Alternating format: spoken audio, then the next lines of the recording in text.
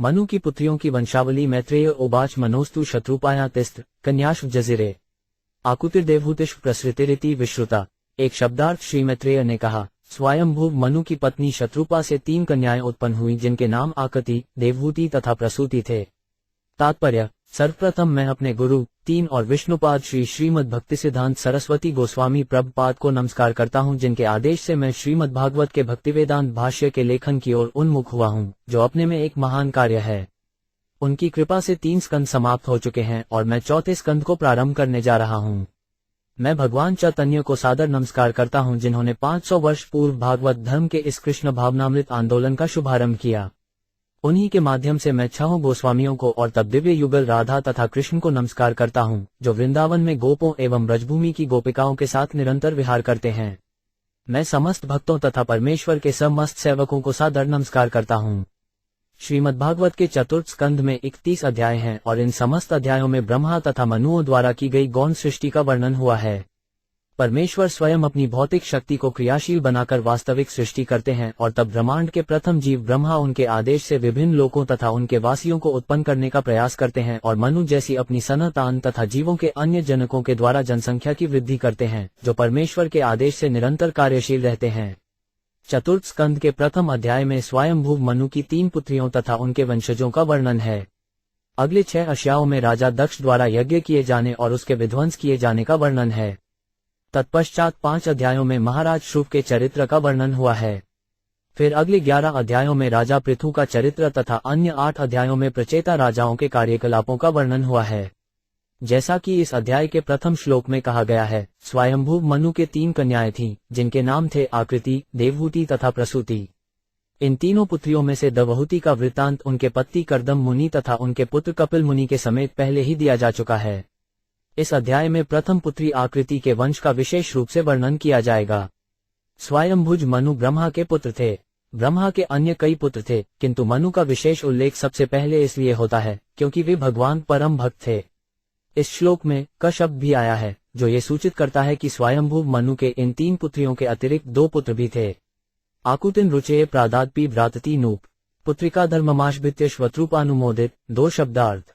आकृति के 2 भाई थे, तो भी राजा स्वयंभू मनु ने इसे प्रजापति रुचि को इस शर्त पर ब्याहा था कि उससे जो पुत्र उत्पन्न होगा वह मनु को पुत्र रूप में लौटा दिया जाएगा। उसने अपनी पत्नी शत्रुपा के परामर्श से ऐसा किया था। तात्पर्य, कभी कभी संतान व्यक्ति अपनी पुत्री को इस शर्त के साथ उसके पति को देता है कि वह उसे नाती लौटा दे, जिसे वह पुत्र रूप में ग्रहण करके अपनी संपत्ति का उत्तराधिकारी बना दे। ये पत्रिका धर्म कहलाता है, जिसका अर्थ होता है कि अपनी पत्नी से कोई पुत्र न होने पर भी धार्मिक अनुष्ठानों द्वारा वह पुत्र प्राप्त कर सकता है। किंतु यहाँ पर हम मनु के साथ विचित्र बात देखते हैं। अपने 2 पुत्रों के होते हुए भी उन्होंने अपनी प्रथम पुत्री का विवाह प्रजापति रुचि के साथ इस शर्त पर किया कि उनकी पुत्री से जो पुत्र उत्पन्न हो वह उन्हें पुत्र रूप में लौटा दिया जाए। इस प्रसंग में श्री विश्वनाथ चक्रवर्ती ठाकुर को टीका है कि राजा मनु को ज्ञात था कि आकृति के गर्भ से पूर्ण पुरुषोत्तम भगवान जन्म लेंगे, अतः अपने 2 पुत्र होते हुए भी वे आकृति से उत्पन्न पुत्र विशेष को अपना पुत्र बनाना चाहते थे, क्योंकि वे श्री भगवान को अपने पुत्र तथा नाती के रूप में चाह रहे थे। मनु मानव जाति के विधि निर्माता हैं और चूंकि उन्होंने स्वयं पुत्र का धर्म निभाया, अतः हम ये स्वीकार कर सकते हैं कि मनुष्य जाति भी इस प्रणाली को ग्रहण कर सकती है। अतः अपना पुत्र होते हुए भी यदि कोई अपनी पुत्री के किसी एक पुत्र को लेना चाहे तो वह इस शर्त के साथ अपनी कन्या का दान कर सकता है। ऐसा श्री जीव गोस्वामी का मत है। प्रजापति स भगवानुचित श्याम जी जनत मिथुन ब्रह्मवर्चस्वी परमेन समाधना 3 शब्दार्थ अपने ब्रह्मज्ञान में परम शक्तिशाली एवं जीवात्माओं के जनक के रूप में नियुक्त प्रजापति रुचि को उनकी पत्नी आकृति के गर्भ से एक पुत्र और एक पुत्री उत्पन्न हुए। तात्पर्य, ब्रह्मवर्चस्वी शब्द अत्यंत सार्थक है। रुचि ब्राह्मण थे और वे संयम पूर्वक ब्रह्म कार्यों का पालन करते थे। जैसा कि भगवद्गीता में उल्लेख है, ब्रह्म गुण इस प्रकार हैं: इंद्रियों का संयम, मन का संयम, अंत तथा बाह्य स्वच्छता, आध्यात्मिक तथा भौतिक ज्ञान की उन्नति, सादगी, सत्यता, श्री भगवान है श्रद्धा इत्यादि। ऐसे अनेक गुण हैं जिनसे ब्रह्मवादी व्यक्तित्व प्रकट होता है और ऐसा माना जाता है कि रुचि ब्रह्मवादी सिद्धांतों का हरता से पालन करने वाले थे, इसलिए उन्हें विशेष रूप से ब्रह्मवर्चस्वी कहा गया है। ब्राह्मण कुल में जन्म लेकर ब्राह्मण जैसा आचरण न करने वाले को वैदिक भाषा में ब्रह्म बंधु कहा जाता है और उसकी गणना शूद्रों तथा स्त्रियों की कोटि में की जाती है। इस प्रकार हम भागवत से ये देखते हैं कि वेद व्यास ने महाभारत की रचना विशेष रूप से क्षीशूद्र बाह्य बंधु के लिए की थी। स्त्री, शूद्र तथा ब्रह्म बंधु ये तीनों वर्ग अल्पज्ञ कहलाते हैं। ये वेदों का अध्ययन नहीं कर पाते, क्योंकि वेद तो उन लोगों के लिए है जिन्होंने ब्रह्म योग्यता प्राप्त की हो। ये प्रतिबंध किसी जाति भेद पर आधारित न होकर योग्यता, पात्रता पर निर्भर है। बिना ब्रह्म योग्यता प्राप्त किए वैदिक साहित्य समझा नहीं जा सकता। अतः ये बड़े ही दुख की बात है कि ऐसे व्यक्ति जिनमें ब्रह्म योग्यता नहीं हो और जो प्रामाणिक गुरु द्वारा प्रशिक्षित नहीं हुए होते, वे श्रीमद्भागवत तथा अन्य पुराणों जैसे वैदिक साहित्य की टीका करते हैं। ऐसे लोग कभी भी इन ग्रंथों के वास्तविक संदेश को प्रदान नहीं कर सकते। रुचि प्रथम श्रेणी के ब्राह्मण माने जाते थे, इसीलिए उन्हें ब्रह्म वर्चस्वी अर्थात ब्राह्मण कौशल में पूर्ण दक्ष कहा गया है। अस्त्यो पुरुष साक्षात विष्णुर्यज्ञ स्वरूप दुकु या स्त्री सा दक्षिणा भूतेरंश भूतानपायिनी 4 शब्दार्थ आकृति से उत्पन्न दोनों संतानों में से एक अर्थात बालक तो प्रत्यक्ष पूर्ण पुरुषोत्तम भगवान का अवतार था और उसका नाम था यज्ञ, जो भगवान विष्णु का ही दूसरा नाम है। बालिका संपत्ति की देवी भगवान विष्णु की प्रिया शाश्वत लक्ष्मी की अंश अवतार थी। तात्पर्य, संपत्ति को देवी लक्ष्मी भगवान विष्णु की चिरसंगिनी है। यहाँ पर यह बताया गया है कि भगवान विष्णु तथा लक्ष्मी, जो चिरसंगी हैं, एक साथ आकृति के गर्भ से प्रकट हुए। जैसा कि अनेक विद्वानों ने पुष्टि को है, विष्णु तथा लक्ष्मी भौतिक सृष्टि से परे हैं, नायन परो 5 व्यक्तात्, अतः उनका ये चिर संबंध बदला नहीं जा सकता। इसीलिए आगे चलकर आकृति से उत्पन्न यज्ञ ने धन की देवी के साथ विवाह कर लिया। आनय स्वगृहम पुत्र्या पुत्रम वितत्रोचिषिम स्वयंभुवो मुदा युक्तो रुचिजग्राह दक्षिणाम 5 शब्दार्थ स्वयंभुव मनु परम प्रसन्नता पूर्वक यज्ञ नामक सुंदर बालक को अपने घर ले आए और उनके जामाता रुचि ने पुत्री दक्षिणा को अपने पास रखा।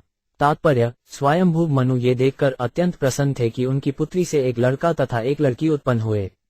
उन्हें भय था कि उनके द्वारा पुत्र लेने से उनके जामाता रुचि दुखी हो सकते हैं। अतः जब उन्होंने सुना कि उनकी पुत्री ने एक लड़का तथा एक लड़की को जन्म दिया है, तो वे परम प्रफुल्लित हुए। रुचि ने वचन के अनुसार अपना पुत्र स्वयंभुव मनु को दे दिया और कन्या को, जिसका नाम दक्षिणा था, अपने पास रखने का निश्चय किया। भगवान विष्णु का एक नाम यज्ञ भी है, क्योंकि वे वेदों के स्वामी हैं। यज्ञ नाम यजुषापति से आया है, जिसका अर्थ है समस्त यज्ञों के स्वामी। यजुर्वेद में यज्ञों के संपन्न करने की अनेक विधियां दी हुई हैं और इन समस्त यज्ञों के भोक्ता विष्णु भगवान हैं। अतः भगवद्गीता 3.9 में कहा गया है, यज्ञार्थात् कर्मण, मनुष्य को कर्म करना चाहिए, किंतु मनुष्य को अपना नियत कर्तव्य यज्ञ अथवा विष्णु के लिए करना चाहिए। यदि मनुष्य श्री भगवान को प्रसन्न करने के लिए कर्म नहीं करता अथवा भक्ति नहीं करता, तो उसके इन कार्यों का प्रतिफल होगा, भले ही वो अच्छा हो या बुरा। यदि हमारे कार्य भगवतु इच्छा के अनुरूप नहीं है अथवा यदि हम कृष्ण भावना में कार्य नहीं करते, तो हम अपने कार्यों के फल के लिए उत्तरदायी होंगे। पर प्रत्येक प्रकार के कार्य क्रिया का फल प्रतिक्रिया होता है, किंतु यदि ये कार्य यज्ञ के लिए किए जाएं तो कोई प्रतिक्रिया नहीं होती। इस प्रकार यदि कोई मनुष्य यज्ञ अथवा श्री भगवान के लिए कार्य करता है, तो वह इस भव बंधन में नहीं फंसता, क्योंकि वेदों तथा भगवद्गीता में भी इसका उल्लेख है कि जितने भी वेद और वैदिक अनुष्ठान हैं, वे भगवान कृष्ण को समझने के लिए हैं। मनुष्य को चाहिए कि प्रारंभ से ही कृष्ण भावना भावित होकर कार्य करे। इससे मनुष्य भौतिक जंजालों की प्रतिक्रियाओं से मुक्त हो सकेंगे। तान काम्याना भगवानुवाह यजुषापते तुष्टाया तोषमापन्नोटिज नदु द्वादशात्मजान 6 शब्दार्थ। यज्ञों के स्वामी भगवान ने बाद में दक्षिणा के साथ विवाह कर लिया, जो पूर्ण पुरुषोत्तम भगवान को अपने पति रूप में प्राप्त करने के लिए परम इच्छुक थी। उनकी इस पत्नी से उन्हें 12 पुत्र प्राप्त हुए।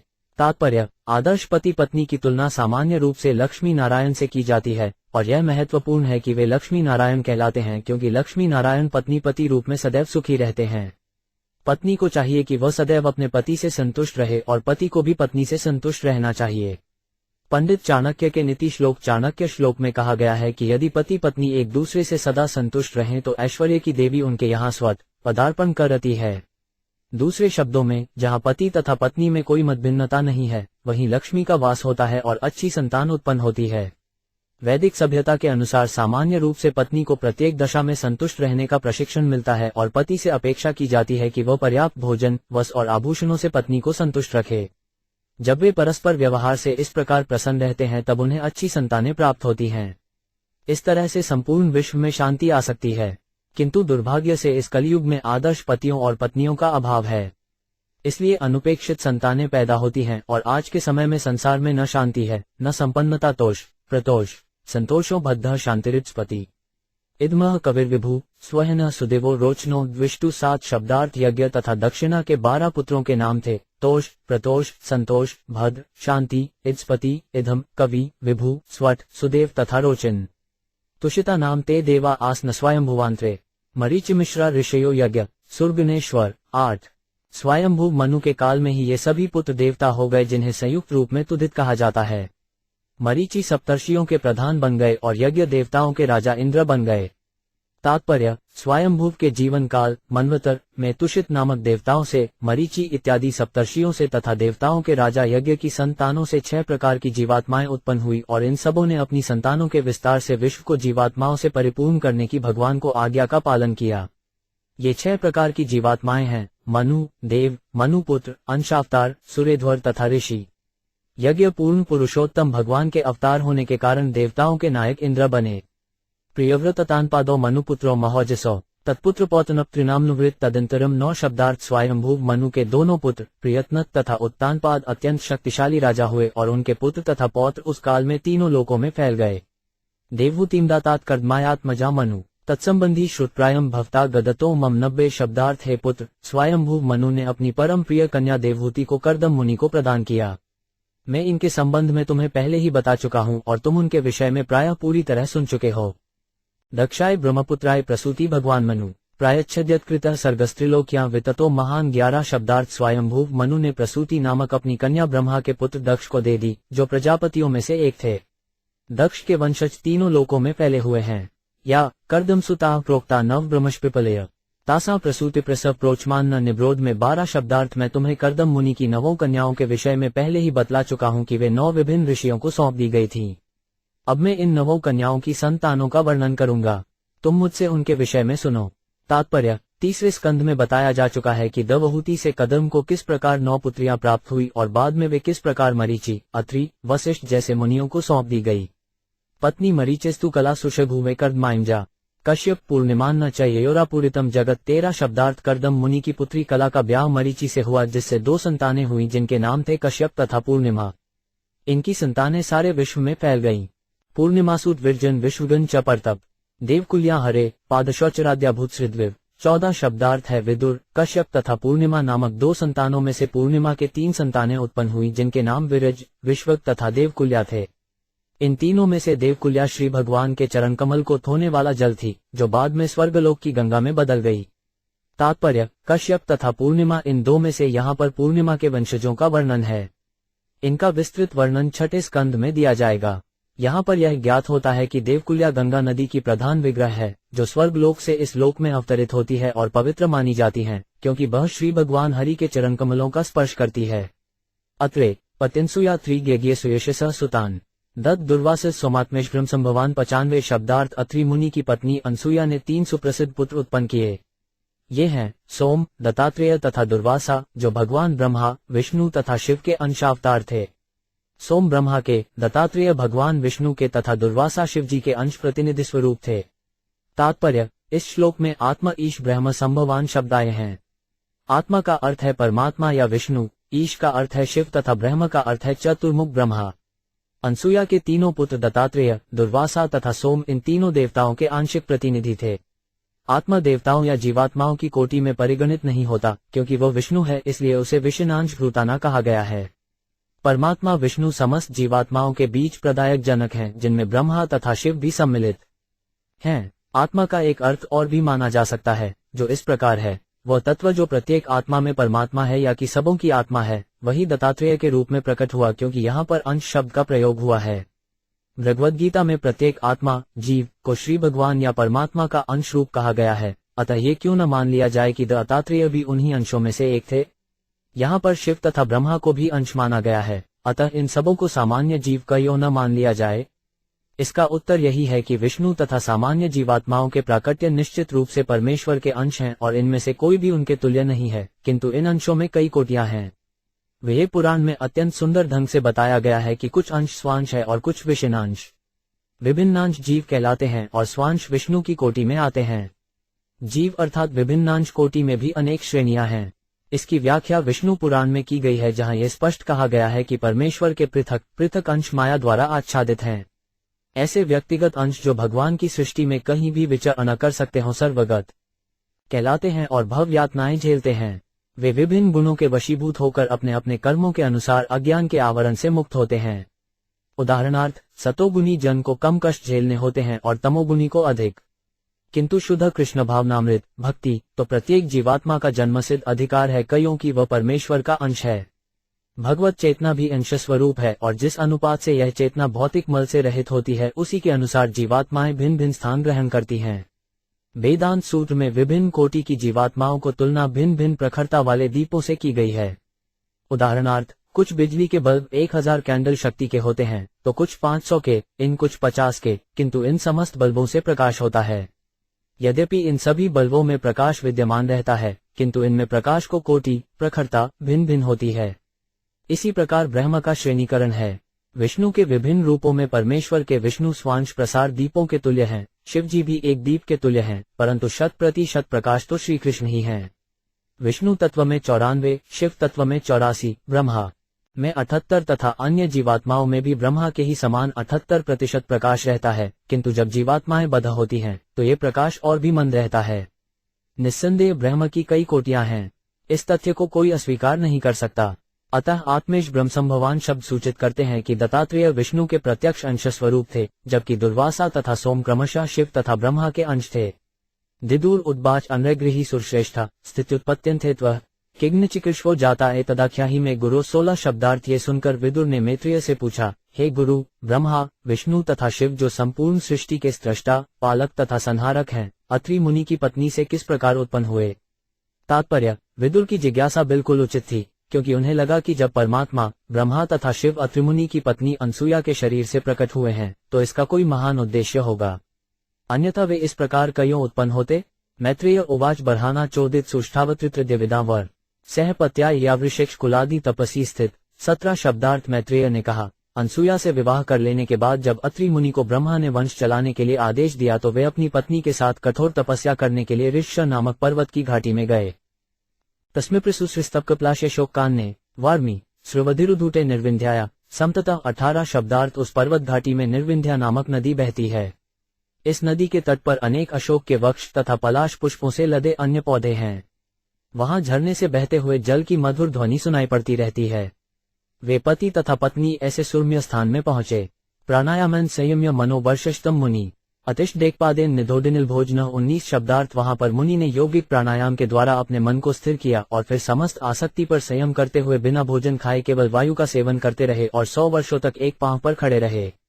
शरण त प्रपद्मेयी एव जगदीश्वर प्रजामात्मसमा महाप्रयच्छत्विति चिंतन 20 शब्दार्थ। वे मन ही मन सोच रहे थे कि जो संपूर्ण जगत के स्वामी हैं और मैं जिनकी शरण में आया हूं, वे प्रसन्न होकर मुझे अपने ही समान पुत्र प्रदान करें। तात्पर्य, ऐसा प्रतीत होता है कि अत्रि मुनि को श्री भगवान का विशिष्ट ज्ञान न था। निस्संदेह वे इस वैदिक ज्ञान से अनजान रहे होंगे कि श्री भगवान सर्वत्र उपस्थित हैं, जो इस जगत की सृष्टि करने वाले हैं, जिनसे प्रत्येक वस्तु उद्भूत है, जो उपन किए गए संस्कार का पालन करते हैं और प्रलय के बाद सारा संसार उन्हीं में विलीन हो जाता है। यतो वा यानी धूतानी 33 उपनिषद 3.1.1 वैदिक मंत्रों से हमें श्री भगवान के संबंध में ज्ञान प्राप्त होता है। फलत अत्रि मुनि ने श्री भगवान के ही समान पुत्र की याचना करते हुए ये जाने बिना कि उनका क्या नाम है, उन पर अपना ध्यान केंद्रित किया। भगवान की इस प्रकार की भक्ति, जिसमें भगवान के नाम का भी पता नहीं रहता, भगवद गीता में वर्णित है, जिसमें भगवान कहते हैं कि 4 प्रकार के पुण्यात्मा मेरे पास मनवांछित फल मांगने आते हैं। अत्रि मुनि भगवान के ही सहर्ष पुत्र चाहते थे, अतः वे शुद्ध भक्त नहीं माने जा सकते, क्योंकि उनकी एक कामना थी जो भौतिक थी। यद्यपि वे श्री भगवान जैसा पुत्र चाह रहे थे, किंतु यह इच्छा भौतिक थी, क्योंकि वे श्री भगवान को न चाहकर उन्हीं के समान संतान चाह रहे थे। यदि उन्होंने श्री भगवान को संतान रूप में चाहा होता तो वे इस भौतिक इच्छा से मुक्त रहते, क्योंकि तब उन्होंने परम सत्य को चाहा होता, किंतु उन्हीं के समान पुत्र की कामना करने से यह भौतिक इच्छा ही थी। अतः अत्रि मुनि की गिनती शुद्ध भक्तों में नहीं की जा सकती। तप्यमान त्रिभुवन प्राणायामत्सारिन्ना निर्तेन मुनेर्मूषण समीक्ष्य प्रभवस्त्रिय 21 शब्दार्थ। जब अत्रि मुनि गहन तप साधना कर रहे थे, तो उनके प्राणायाम के कारण उनके सिर से एक प्रज्वलित अग्नि उत्पन्न हुई, जिसे तीनों लोकों के 3 प्रमुख देवों ने देखा। तात्पर्य, श्रील जीव गोस्वामी के अनुसार प्राणायाम की अग्नि मानसिक तोष है। उस अग्नि को परमात्मा विष्णु ने देखा और उन्हीं के माध्यम से ब्रह्मा तथा शिव ने भी देखा। अत्रि मुनि ने अपने प्राणायाम द्वारा परमात्मा अर्थात जगत के स्त्रामी पर अपना ध्यान केंद्रित किया। जैसा कि भगवद गीता में पुष्टि की गई है, जगत के स्वामी तो वसुदेव हैं, वासुदेव सर्वम दति, और उन्हीं के आदेश पर ब्रह्मा तथा शिव कार्य करते हैं।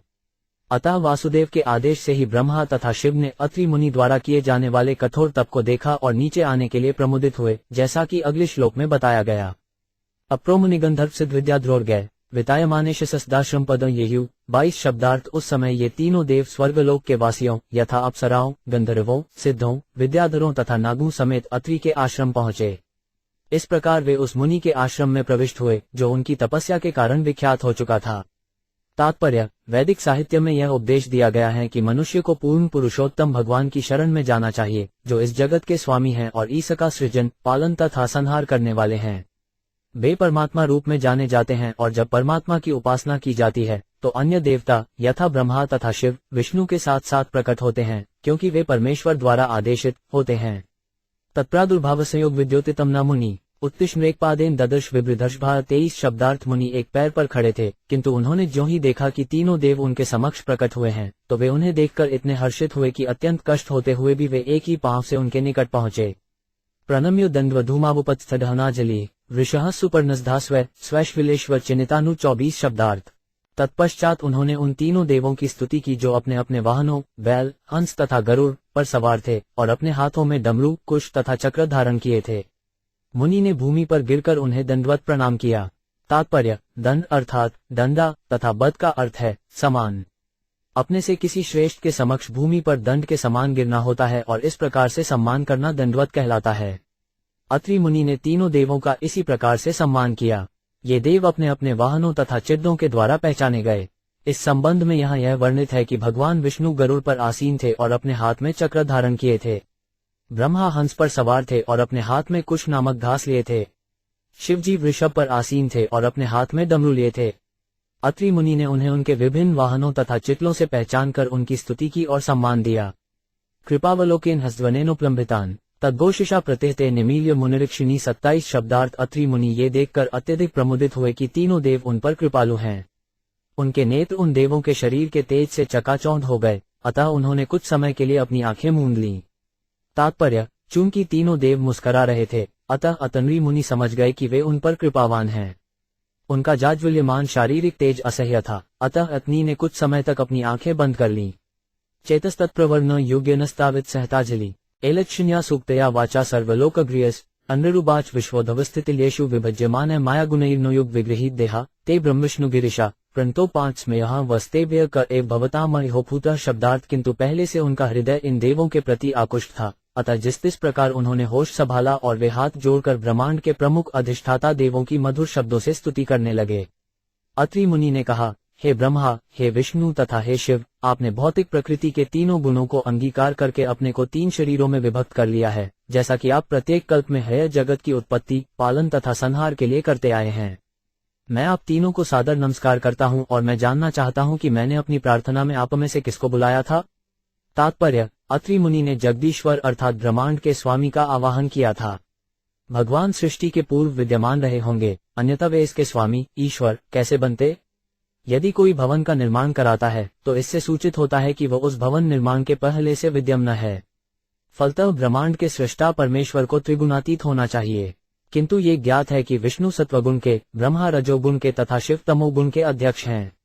अतः अत्रि मुनि ने कहा, वह जगदीश्वर अवश्य ही आप में से ही कोई है, किंतु आप तीनों एक साथ प्रकट हुए हैं, अतः मैं यह नहीं पहचान पा रहा कि मैंने किसका आवाहन किया था। कृपया मुझे बताएं कि आप में से वास्तव में कौन जगदीश्वर है। वस्तुतः अत्रि मुनि को भगवान विष्णु को स्वाभाविक स्थिति के त्रिशय में संदेह था, किंतु उनका दृढ़ विश्वास था कि जगदीश्वर माया द्वारा उत्पन्न प्राणी नहीं हो सकता। उनका ये प्रश्न कि उन्होंने किसे बुलाया था ये सूचित करता है कि वे भगवान की वैधानिक स्थिति के विषय में संशयपूर्ण थे। अतः उन्होंने तीनों से प्रार्थना की, कृपया मुझे बताएं कि जगत का दिव्य स्वामी कौन है। वस्तुतः उनका विश्वास था कि सारे के सारे भगवान नहीं हो सकते, बल्कि इन तीनों में से एक ही जगदीश्वर हो सकता है। एकुमये भगवान विविध प्रधान श्रुतिकृत प्रजन्नाय कथनुयूयम अत्नाक्तास्तनुभूता मनसो 5 पी दूरा बूत प्रसीदत महाने विस्मयों में 28 शब्दार्थ। मैंने तो पूर्ण पुरुषोत्तम भगवान के ही समान पुत्र की इच्छा से उन्हीं का आवाहन किया था और मैंने उन्हीं का चिंतन किया था। यद्यपि वे मनुष्य की मानसिक कल्पना से परे हैं, किंतु आप तीनों यहाँ पर उपस्थित हुए हैं। कृपया मुझे बताएं कि आप यहाँ कैसे आए हैं, क्योंकि मैं इसके विषय में अत्यधिक मोहग्रस्त हूँ। तात्पर्य: अत्रि मुनि का पूरा विश्वास था कि श्री भगवान ही जगदीश्वर हैं, अतः उन्होंने एक परमेश्वर के लिए प्रार्थना की।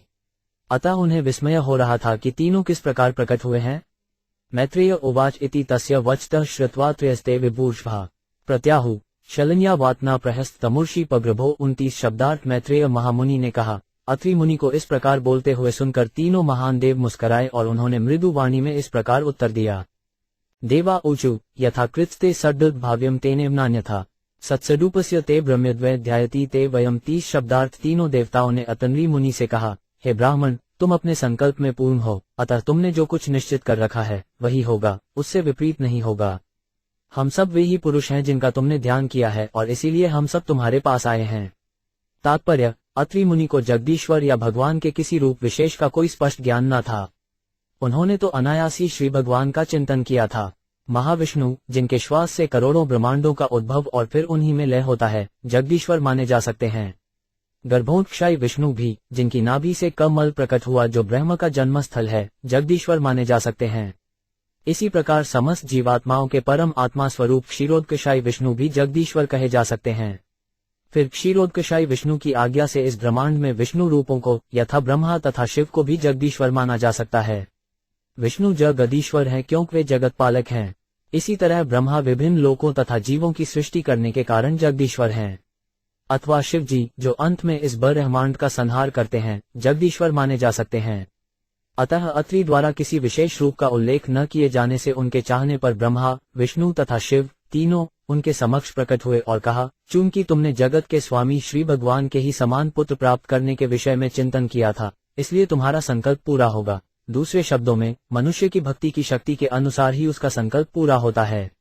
जैसा कि भगवद गीता 9.25 में कहा गया है, यनति देवव्रता देवान पितृन यान्ति पितृतता, जो जिस विशेष देवता पर आसक्त है वो उसी के धाम को जाता है। यदि कोई पितरों पर आसक्ति रखता है तो वह पितृलोक जाता है। इसी प्रकार यदि पूर्ण पुरुषोत्तम भगवान कृष्ण पर किसी को आसक्ति है तो वह भगवान कृष्ण के धाम जाता है। अतनवी मुनि को जगदीश्वर का कोई स्पष्ट ज्ञान न था, अतः उनके समक्ष तीनों प्रमुख देव उपस्थित हुए जो जगत के तीनों गुण विभागों के स्वामी हैं। अब पुत्र के लिए संकल्प शक्ति के अनुसार ही उनकी इच्छा भगवत कृपा से पूरी होनी है। अधास्मदंशभूतस्ते आत्मजा लोकविश्रुता भवितारो 5 डू भदत ते विस्त्रप्स्यन्ति च ते यश 31 शब्दार्थ है। मुनिबर, हमारी शक्ति के अंश स्वरूप तुम्हारे पुत्र उत्पन्न होंगे और हम तुम्हारे कल्याण के कामी हैं, अतः वे पुत्र तुम्हारे यश का संसार भर में विस्तार करेंगे। एवं कामवर दत्वा प्रत्येकपु सुरेश्वरा सभाजितस्त्यो सम्यगम्पयो मिष्टौस्ततः 32 शब्दार्थ। इस प्रकार उस युगल के देखते ही देखते तीनों देवता ब्रह्मा, विष्णु तथा महेश्वर अत्रि मुनि को वर देकर उस स्थान से ओझल हो गए। सोमो, सुनो, श्रद्धा त्वदृरिस पत्ति चत्स्रो 5 सूत कन्यका सिनिवाली कुहु राका चतुर्थिनुमतिस्था 34 शब्दार्थ तथा अनुमति थे। तत्पुत्रावप्रावस्था ख्यातौ स्वारोचिषे उन्त्रे उतत्यो भगवान साक्षाहिष्ठक्षण बृहस्पति 35 शब्दार्थ। इन 4 पुत्रियों के अतिरिक्त उसके 2 पुत्र भी थे। उनमें से एक उतथ्य कहलाया और दूसरा महान विद्वान बृहस्पति था। पुलस्त्योडजनेयत्पल्याङ्गस्त्यम च हविर्भुवि सो 5 न्यजन्मनि दहाग्निर्विश्रवाश्च महात्पा 36 शब्दार्थ। पुलस्त्य के उनकी पत्नी हविर्भु से अगस्त्य नाम का एक पुत्र हुआ जो अपने अगले जन्म में दहलाग्नि बना। इसके अतिरिक्त पुलस्त्य के एक अन्य महान तथा साधु पुत्र हुआ जिसका नाम विश्रवा था। तस्य यक्षपतिर्देवः कुबेरस्त्विद्विदासुतः रावण कुंभकर्णश्च तथान्यस्या विभीषण 37। विश्रवा के 2 पत्नियां थीं। प्रथम पत्नी इद्विदा थी जिससे समस्त यक्षों का स्वामी कुबेर उत्पन्न हुआ। दूसरी पत्नी का नाम केशिनी था जिससे 3 पुत्र उत्पन्न हुए। ये थे रावण, कुंभकर्ण तथा विभीषण। पुलहस्य गतिभाया 3 सूत सती सुतान कर्मश्रेष्ठे वरियासत सहिष्णुन च महामते 38 शब्दार्थ। पुल ऋषि की पत्नी गति ने 3 पुत्रों को जन्म दिया जिनके नाम थे कर्मश्रेष्ठ, वरियान तथा सहिष्णु। ये सभी महान साधु थे। तात्पर्य, पुल की पत्नी गति कर्दम मुनि की 5वीं कन्या थी। वो अत्यंत पतिव्रता थी और उसके सभी पुत्र पति के ही समान श्रेष्ठ थे। क्रतोर्पी क्रिया भार्या वाल्खिल्यान्सुयत ऋषि षष्टिसहस्त्राणि ज्वलतो ब्रह्मतेजसा 39 शब्दार्थ। क्रतु की पत्नी क्रिया ने बालखिल्यादि नामक 60,000 ऋषियों को जन्म दिया। ये ऋषि ब्रह्म आध्यात्मिक ज्ञान में बड़े चढ़े थे और उनका शरीर ऐसे ज्ञान से देदीप्यमान था। तात्पर्य, क्रिया कर्दम मुनि की 6ठी पुत्री थी। उसने 60,000 ऋषियों को जन्म दिया जिन्हें वल्लखिल्य कहा जाता है। कईयों की वह गृहस्थ जीवन त्याग कर वानप्रस्थ हो गए थे। ऊर्जाया जज्रे पुत्रा वसिष्ठस्त परतप चित्रकेतु प्रधानास्ते सप्त बहार शोडमला 40 शब्दार्थ। वसिष्ठ मुनि की पत्नी ऊर्जा से, जिसे कभी कभी अरुंधति भी कहा जाता है, चित्रकेतु इत्यादि 7 विशुद्ध ऋषि उत्पन्न हुए। चित्रकेतु सुरुचिश्च विरजामित एव च उल्बनो वसुबुद्यानो ग्युमांशकृत्याद्यो 5 परे 41 शब्दार्थ। इन सातों ऋषियों के नाम इस प्रकार हैं: चित्रकेतु, सुरोचि, विरजा, मित्र, उल्बन, वसुबुद्यान तथा द्युमान। वशिष्ठ की दूसरी पत्नी से कुछ अन्य अत्यंत सुयोग्य पुत्र हुए। तात्पर्य: ऊर्जा को कभी कभी अरुंधति भी कहा जाता है और वह वशिष्ठ की पत्नी थी तथा कर्दम मुनि की नवी कन्या थी। चितित्थवन पतली लेभे पुत्र धृतप्तम दशेग्यम श्वशीर्ष भूगोर्वशन निबोध में 42 शब्दार्थ। अर्थवा मुनि की पत्नी चिति ने अश्वशिरा नामक पुत्र को जन्म दिया, जो वृद्धारी होने के कारण दशदेग्य कहलाया। अब तुम मुझसे भृग मुनि के वंश के विषय में सुनो। तात्पर्य: अथर्वा की पत्नी चिति का अन्य नाम शांति भी है। वह कर्दम मुनि की 8वीं कन्या थी। भृगु ख्यात्या महाभागः पत्या पुत्रांजी जंतु धातार चर विधातार्थ श्रियम चर भगवत पराम 43 शब्दार्थ। भृगु मुनि अत्यधिक भाग्यशाली थे। उन्हें अपनी पत्नी ख्याति से 2 पुत्र धाता तथा विधाता और 1 पुत्री श्री प्राप्त हुई। वो श्री भगवान के प्रति अत्यधिक परायण थी। आयति नियति चैव सुते मेरुस्त्योर्दात ताभ्या तयोर्भवता मृकंड प्राण एव चर 44 शब्दार्थ। मेरु ऋषि के 2 पुत्रियां थीं जिनके नाम आयति तथा नियति थे, जिन्हें उन्होंने धाता तथा विधाता को दान दे दिया। आयति तथा नियति से मृकंड तथा प्राण नामक 2 पुत्र उत्पन्न हुए। मार्कंडेयो मृकंडस्य प्राणावेद शिरोमुनि कविश्व भार्गवो यस्य भगवानुष्णासुत 45 शब्दार्थ। मृकंड से मार्कंडेय मुनि और प्राण से वेदशिरा ऋषि उत्पन्न हुए। वेदशिरा का पुत्र उष्णा शुक्राचार्य था, जो कवि भी कहलाता है। इस प्रकार कवि भी भृगुवंशी था। त अते मुने क्षतलो कौंस गैरभाव्यन एत कर्द मदोहित्र संतान कथित स्तव 46 शववतः श्रद्धानस्व सद्य पाप पर प्रसूतिन मानवी दक्ष उपेगे हमजातमज 47 शब्दार्थ है। विदुर इस प्रकार इन मुनियों तथा कर्दम की पुत्रियों की संतानों से विश्व की जनसंख्या बढ़ी। जो कोई श्रद्धापूर्वक इस वंश के आख्यान को सुनता है वह समस्त पाप बंधनों से छूट जाता है। मनु की अन्य कन्याओं में से प्रसूति ने ब्रह्मा के पुत्र दक्ष से विवाह किया। तस्या ससर्ज द्विहित्र घोरश्यामलोचना त्रयोदशादाधर्माय तथे कामग्नेय विभु 48 शब्दार्थ। दक्ष ने अपनी पत्नी प्रसती से 16 कमलनयनी सुंदरी कन्याएं उत्पन्न की। इन 16 कन्याओं में से 13 धर्म को और 1 अग्नि को पत्नी रूप में प्रदान की गई। पितृभ्य एकान युक्तेभ्यो भवायिका भवच्छिदे श्रद्धा मैत्री दया शांति तुष्टि पुष्टि क्रियोन्नति 49 बुद्धिमेधा तितिक्षा ही मूर्तिर्धर्मिस्त पत्नीय श्रद्धासूत शुभ मैत्री प्रसादभयम दया 50 शांति सुख मुद्दम तुष्टि स्मयं पुष्टिस्वत योग क्रियोजनति दर्पमर्थ बुझदिस्वत 51 मेथा स्मृति तितिशतु क्षेम ही प्रश्नयम सुतम मूर्ति सर्वगुणपोत्पत्ति नारायणावृषि 52 शब्दार्थ। शेष 2 कन्याओं में से एक पितुलोक को दान दे दी गई, जहां वह प्रेम पूर्वक रह रही है, और दूसरी कन्या भवबंधन से समस्त पापियों के उद्धारक शिवजी को दी गई। दक्ष ने धर्म को जिन 13 कन्याओं को दिया उनके नाम थे श्रद्धा, मैत्री, दया, शांति, तुष्टि, पुष्टि, क्रिया, उन्नति, बुद्धि, मेधा, तितिक्षा ही तथा मूर्ति। इन 13 ने पुत्रों को जन्म दिया, जो इस प्रकार है: श्रद्धा ने शुभ, मैत्री ने प्रसाद, दया ने अभय, शांति ने सुख, तुष्टि ने मुद, पुष्टि ने समय, क्रिया ने योग, उन्नति ने दर्प, बुद्धि ने अर्थ, मेधा ने स्मृति, तितिक्षा ने क्षेम तथा हलि ने प्रश्रय को जन्म दिया। समस्त गुणों की खान मूर्ति ने नर नारायण को जन्म दिया, जो पूर्ण पुरुषोत्तम भगवान हैं। योजन्विदो विश्वम्भयनद सुनिर्वतम मनासी ककुभो वाता प्रसेदु सरितों 5 द्रये 53 शब्दार्थ। नर नारायण के जन्म के अवसर पर समस्त विश्व आनंदित था। प्रत्येक का मन शांत था और इस प्रकार समस्त दिशाओं में वायु, नदियां तथा पर्वत मनोहर लगने लगे। दिव्यवाद्यंत तूर्यानि पेतु कुसुम वृष्ट्या मुनेस्तुष्टुष्ठा जगो गंधर्व किन्नरा 54 नृत्यंती समस्तरियो देव्य आसीत परमर्लिम देवा बहादय सवे उपस्थुर्भिष्टव 57 शब्दार्थ। स्वर्गलोक में बाजे बजने लगे और आकाश से पुष्प बरसने लगे। प्रसन्न मुनि वैदिक स्तुतियों का उच्चारण करने लगे। गंधर्व तथा किन्नर लोक के वासी गाने लगे और स्वर्ग की अप्सराएं नाचने लगी। इस प्रकार नर नारायण के जन्म के समय सभी मंगल सूचक चिन्ह दिखाई पड़ने लगे। उसी समय ब्रह्मादि महान देवों ने भी सादर स्तुतियां अर्पित की। देवा ऊचु यो माया विरचितम निजयात्मनीदम खेरुभेदमिव तत्प्रतिचक्षणाय अतेन धर्मसज्ञ ऋषिमूर्ति नदय प्रादुक्षकार पुरुषाय नमः। परस्में 56 शब्दार्थ। देवताओं ने कहा, हम उस दिव्य रूप भगवान को नमस्कार करते हैं जिन्होंने इस दृश्य जगत की सृष्टि अपनी बहिरंगा शक्ति के रूप में की है, जो उनमें उसी प्रकार स्थित है जिस प्रकार वायु तथा बादल आकाश में रहते हैं, और जो अब धर्म के घर में नर नारायण ऋषि के रूप में प्रकट हुए हैं। तात्पर्य: भगवान का विराट रूप ये दृश्य जगत है, जो श्री भगवान की बहिरंगा शक्ति का प्रदर्शन है। आकाश में असंख्य विविध प्रकार के लोक हैं और वायु भी है। वायु में विविधर्गी बादल रहते हैं और कभी कभी हम एक स्थान से दूसरे स्थान को उड़ते विमान भी देखते हैं। इस प्रकार ये दृश्य जगत विविधता से पूर्ण है, किंतु वास्तव में यह विविधता परमेश्वर की बहिरंगा शक्ति का प्रदर्शन है और यह शक्ति उन्हीं में स्थित है।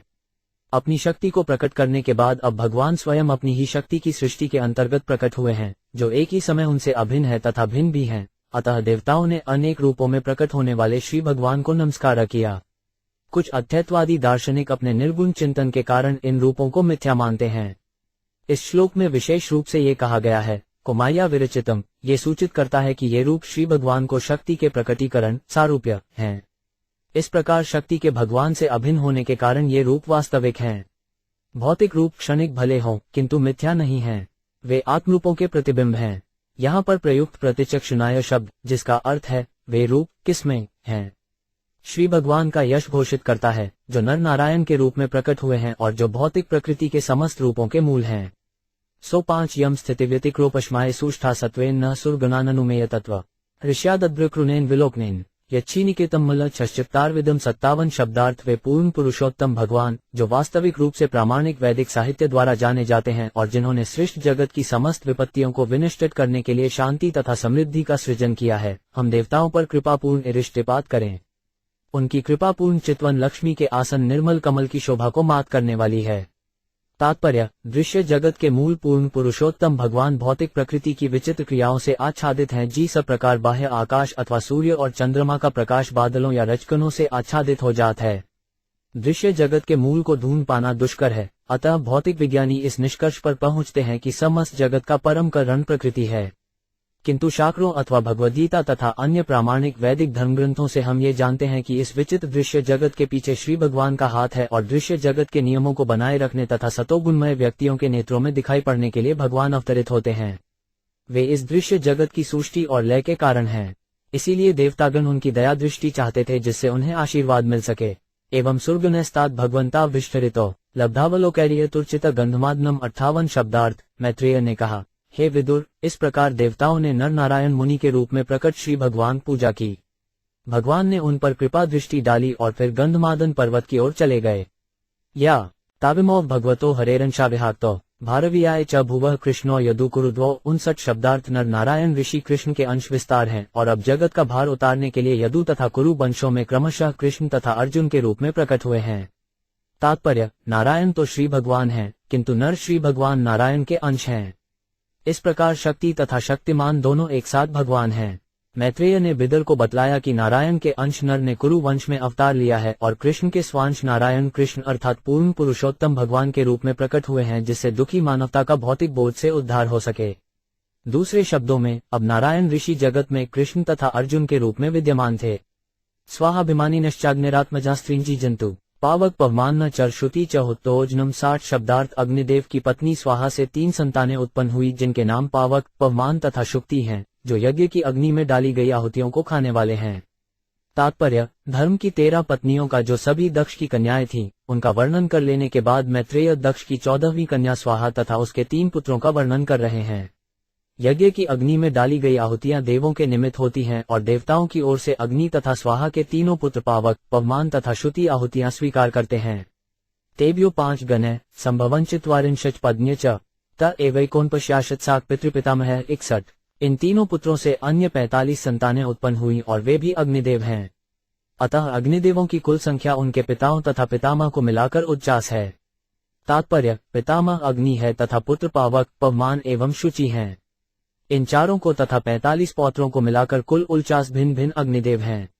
वैतानिके कर्मीणि अनाम्बिभवादि भी आग्नेय इष्ट्यो यज्ञ निरूप्यन्तेऽग्नेयस्तुत 62 शब्दार्थ। ब्रह्मवादी ब्राह्मणों द्वारा वैदिक यज्ञों में दी गई आहुतियों के भोक्ता यही 49 अग्निदेव हैं।